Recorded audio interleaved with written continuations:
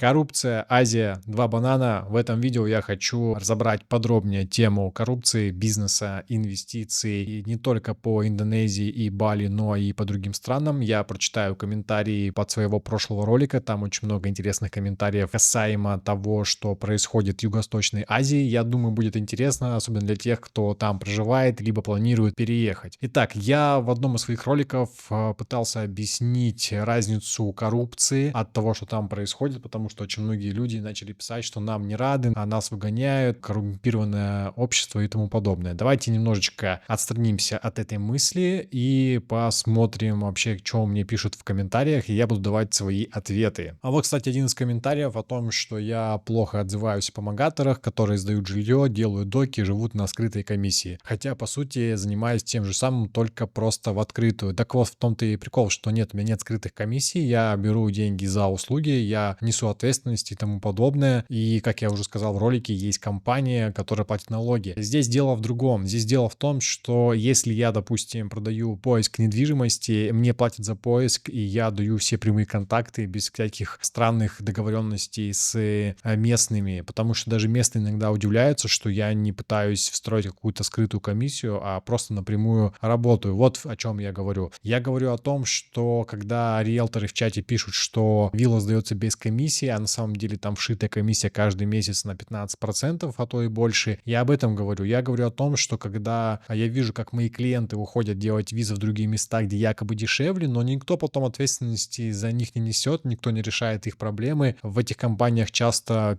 пишут не весь перечень документов, и, например, человек, да, возьмем сейчас популярную визу удаленщика E33G, он делает КИТОС, и он даже не знает, на какой контракт, какие данные у него используются в визе, и когда к нему приходит иммиграция и спрашивает: братишка, а покажи-ка нам банк, а он показывает банк, который у него отличается от того, где он справку предоставил, он не может показать его, либо они спрашивают: а где ты работаешь, на какую компанию, а он понятия не имеет, какая у него должность и компания. Я вот про это говорю, что есть огромное количество помогаторов, свое говно заворачивают в фантик помогатора. Да, все мы крутимся, вертимся и зарабатываем как умеем, просто многие люди начинают чувствовать свою безответственность, безнаказанность и обманывают людей. Я против обмана, вот о чем идет речь. Дальше мне написали комментарий про визу D12, тоже расскажу здесь суть. Есть визы, которые дешевле, удобные для использования, но сейчас в Индонезии очень строго стали следить за правилом назначения визы. Если вы прилетаете по визе по прибытию и начинаете работать, конечно, это явное нарушение, все знают, что по визе по прибытию работать нельзя. Но когда люди начинают просто жить и отдыхать по визе D12, заниматься своими делами, как обычно, но вообще-то виза D12 выдается как прединвестиционная виза, то сейчас за этим очень строго следят. И поэтому людей могут депортировать. И те компании, которые дешевле делают визы, будут ли они решать вопрос для того, чтобы вас не депортировали, платить штрафы и тому подобное? Это очень большой вопрос. То же самое сейчас, как я уже сказал, происходит с визами E33G. Люди здесь живут, большинство людей, ну как большинство людей, 95% и более живут здесь по липовым справкам из банков, по выдуманным контрактам. Дай бог вам хотя бы эти документы учредительные дадут, чтобы вы были в курсе, могли за это ответить. Дай бог эти компании, если уж и придуманы, то хотя бы они настоящие, и как-то это все можно так красиво обставить. Но дело в том, что вам могут этого всего даже и не дать, вы об этом будете не в курсе, а за вами иммиграция следит и за вами обязательно придет. И первый момент про коррупцию, который я хочу сказать, да как раз-таки вся эта ситуация, которая сейчас происходит со всеми этими депортациями, бесконечными рейдами, проверками, это как раз-таки и есть в своем роде борьба с коррупцией. Конечно, коррупция присутствует сплошь и рядом абсолютно везде. Во многих странах Юго-Восточной Азии есть так называемый зеленый коридор. Это коррупция. Никто легально вас быстрее мимо очереди проводить ни в одной стране не будет. Это и есть, в принципе, коррупционная схема. На Бали, например, эту схему закрыли с посадками и новостями на телеканале. Дальше, когда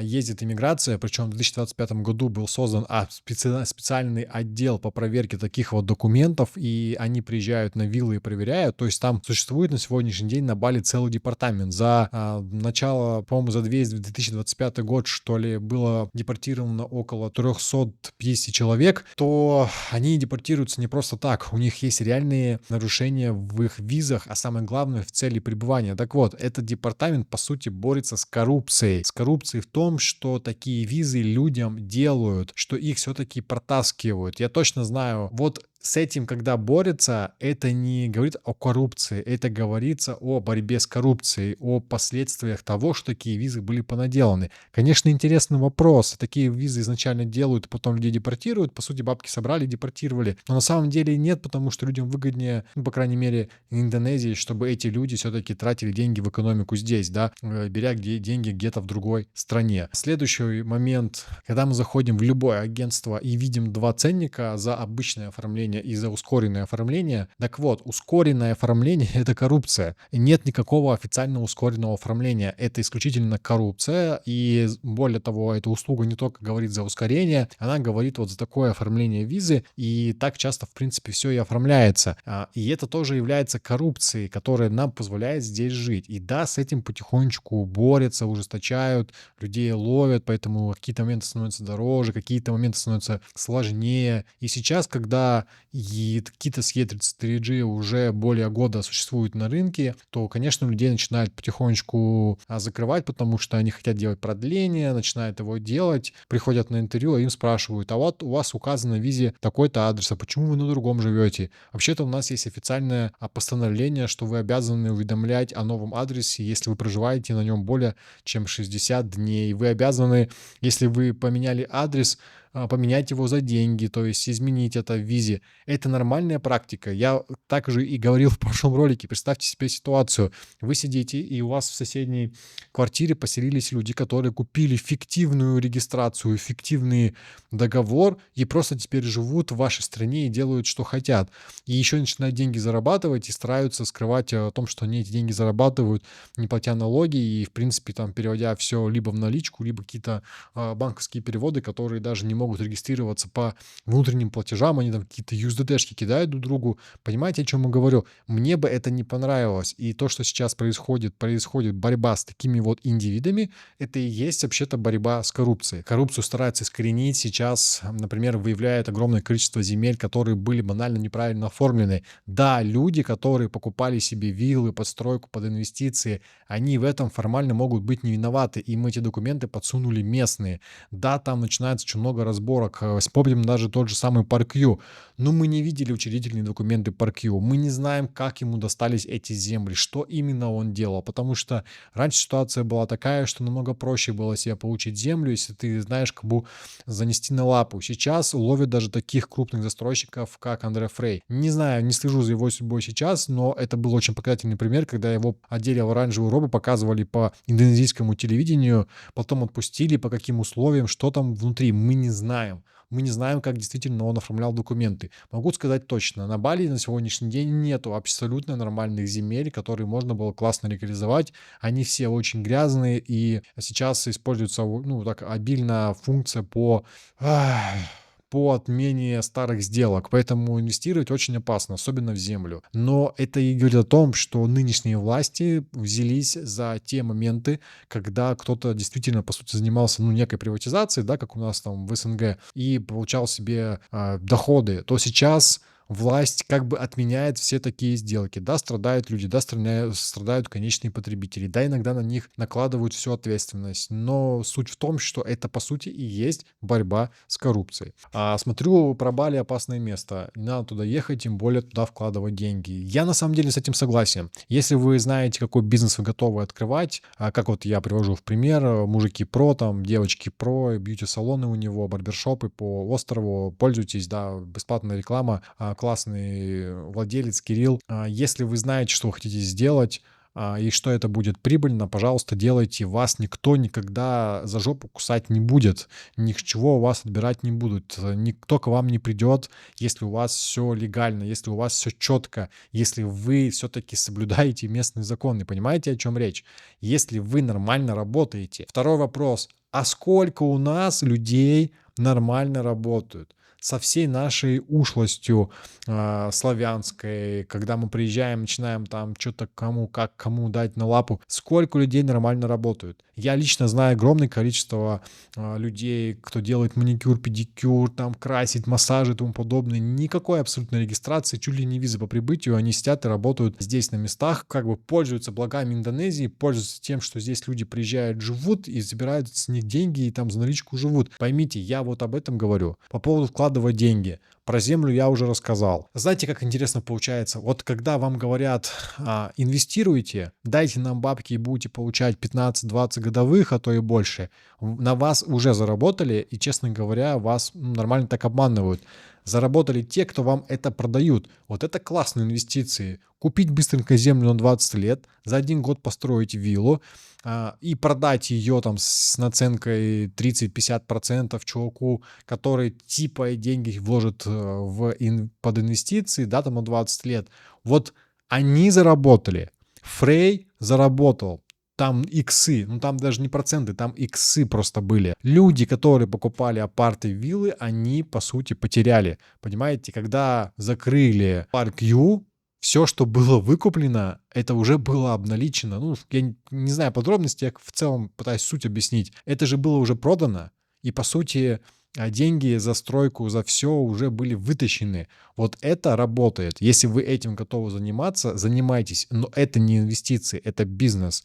А инвестиции на острове как будто бы, ну, очень такая, очень мутная тема. И я так говорю, как показала практика, проще было квартиру в Москве купить в 2022 году, и вы бы заработали гораздо больше, чем пытаться как-то на Бали деньги сохранить. Конечно, в этом мало кто заинтересован. Поэтому, да, согласен, что туда не стоит вкладывать деньги. Но ехать туда — это другой вопрос, потому что, в принципе, сейчас цены сравнялись, и с долларом по 85, уж тем более, когда он был меньше 80, довольно комфортно жить на острове.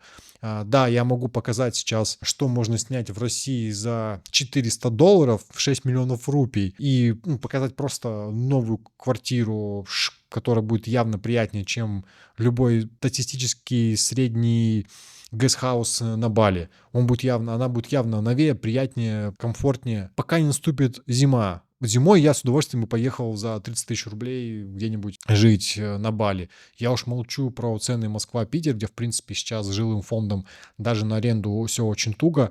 За эти деньги проще, если ты удаленщик, конечно, жить где-то в Индонезии, особенно зимой. Поэтому гадюшник, бро, ну, это на вкус и цвет. Кто-то считает Юго-Восточную Азию гадюшником, кто-то нет. Я был в Бангкоке, для меня это вообще потрясающее место, урбанизированное, чистое. Мне, в принципе, и Бали полностью, особенно Убуд, устраивал. В нем поменьше было вот этого вот туристического потока. Поэтому, ну, вот так вот. То ли я невнимательно слушал, то ли ты, правда, противоречишь. Снимать контент можно, снимать контент нельзя. Я запутался. Если ты порнуху снимаешь на улице, это нигде нельзя снимать. Ну, очень странный комментарий. Если ты нормально снимаешь контент, просто как ты живешь, какой у тебя гестхаус, снимай себе на здоровье. Поэтому я все, в принципе, объяснил в своем ролике. Малайзия выглядит странной, у которой меньше таких проблем. Там был целый спор. В общем, да, действительно, в разных странах по-разному.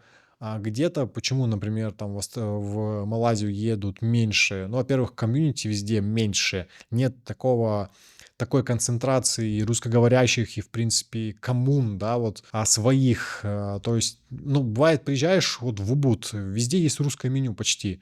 Вот о чем, да, вот в чем прикол. В Малайзии такого не будет. В Малайзии расстояния будут другие. Мы, когда говорим про Индонезию, мы же не говорим о том, что кто-то будет жить на Яве, кто-то живет там на Флорисе, кто-то на Бали, кто-то на Нусупениде, и как бы расстояния большие. Когда люди говорят про Тай, тоже надо понимать, есть Самуи, Пхукет, Бангкок, Паттайя. Это абсолютно, ну, разные регионы, между ними сотни километров. И когда мы говорим про Бали, это просто очень удобное вот место концентрации, где все очень рядом. Вот за это люди ценят Бали. И в Малайзию, соответственно, помимо того, что люди едут мало по этой причине, так еще и документы очень тяжело оформить. Да, визу там по прибытию какую-нибудь, краткосрочную, еще что-то без проблем, но оформить долгосрочную визу тяжело, потому что документы очень тщательно проверяют. А на Бали пока что, в Индонезии в частности, с этим есть лазейки, которые за счет коррупции и созданы.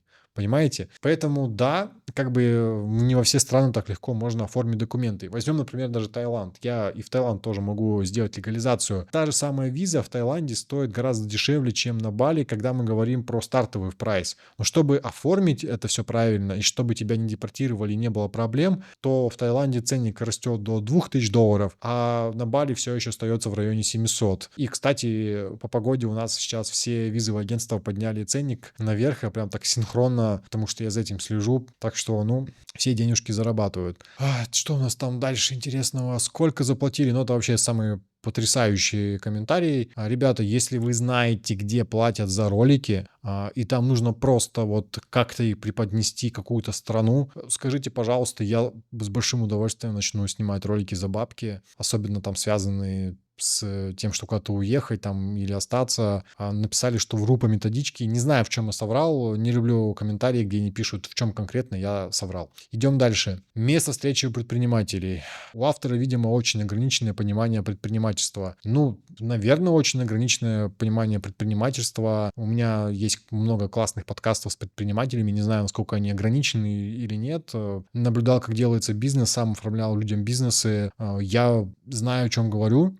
Я вижу, какие блогеры сейчас, инфлюенсеры, там живут продюсеры, чем занимаются на острове Бали. Поэтому, если знать, где, как искать, есть очень много... Не знаю, вот у меня даже до сих пор там чаты разных комьюнити. Пробориться с коррупцией на Бали — это очень смешно. Реально настроение поднял. Я объяснил вам только что большинство услуг, в принципе, это и есть коррупционная схема, но при этом я вам рассказал, что с этим очень сильно борются. Большинство таких услуг постепенно закрываются, старые сделки пересматриваются, новые не оформляются, а правила въезда ужесточаются, появляются отделы, которые прям формируются с нуля по борьбе вот с такими, я бы сказал, нелегальными мигрантами с фиктивными всякими визами. Поэтому сказать, что не борются с коррупцией. И давайте так, если агентам всяким, да, у которых такие, как я, становится сложнее работать, их депортируют, либо у них проблемы возникают, то, наверное, борьба с коррупцией происходит. Вот это самая такая четкая формула. При этом остаются те, кто работали максимально чисто и легально. Вот в этом, наверное, разница. И рассказывать о том, что нету борьбы с коррупцией, ну, это глупо. Я общался с местными, которые впускали меня к себе в дома, там, в Убуде. Я с ними пил чай в рамках их дома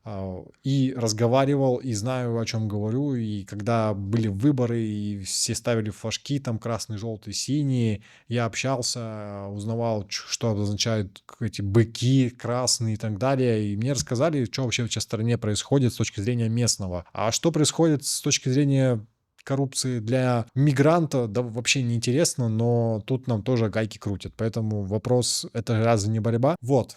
Соответственно, что сейчас происходит с коррупцией? Да, везде она есть, абсолютно точно, но все проблемы, которые возникают, и почему мы чувствуем напряг, да, и там рейды происходят и так далее, это все происходит как раз-таки по той причине, что страны начинают бороться с коррупцией. Поэтому все сейчас постепенно переходит в цифру, в тотальную подотчетность, в проверку, биометрия и тому подобное, потому что мы сейчас сталкиваемся с тем, что вот мы, как вот масса людей, которые занимаются релокацией, привыкли к определенной степени наказуемости и ответственности и последствиям.